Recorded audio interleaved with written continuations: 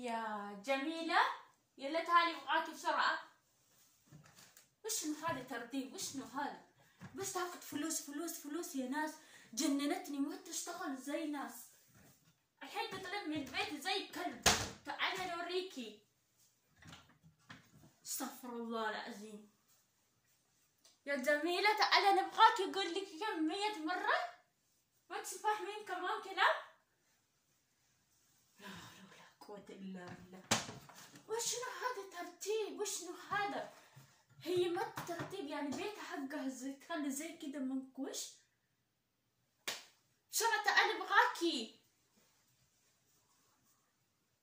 طيب يا مدام.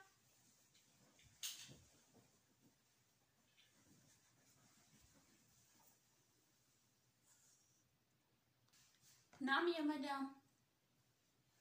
شوفي يا مدام، انا اشتغلت شغل زي ناس، انا ما ابغى قرقر. انت كل شويه قرقر، ما تشوفين زي ناس، ما تطالعين اول هذا كده مرتب. اول قبل انا ما اشتغلت هو كده جايز يعني كويس كده مرتب.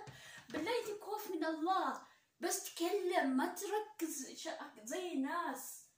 انا شو اسوي؟ طيب بيتك كبير، انا رتبته زين، اقدر رتبته كل شويه.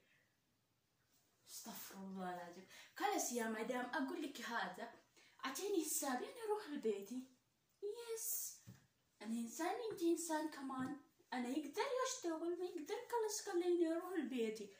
لا كل شويه كل شويه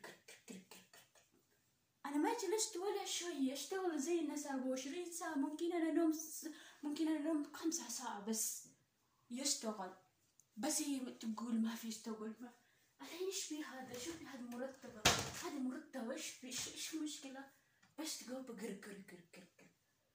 خليك خلص اروح لبيتي، رزق من عند الله يا اخي. ايش بو كل شوي قر. خلاص يا مدام انا ابغى اروح لبيتي اصلا، ما اشتغل عندك.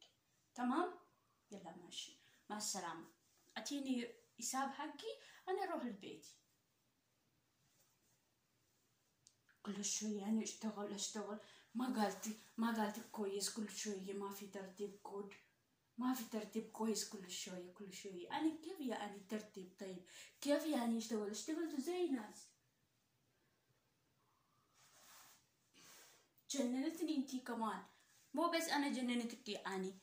خلاص انا كمان يروح بيتي، مع السلامة. اتيني بس في الفلوس حقي. ايش تقولين انتي يا زميلة؟ كمان ما تقول بنتي هذا، ما تقول انا اسفة، بس قرقر زيادة كمان. ما تقول أنا آسفة. طيب أنا أشتغل زي ناس يا مدام، ما تقول كذا. هذه مجنونة بنت حرمة، هذه مجنونة. ناس يقولوا سوي شيء طيب آسفة أنا أسوي كويس مرة ثانية زي كذا كلام. خليها تروح، ما أتاها فلوس ولا ريال، خليها تروح.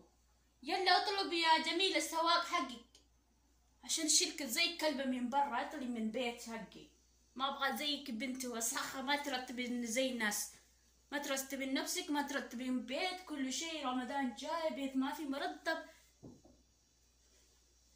يلا بسرعة رتبي شنطتك، يلا ما ابغاكي.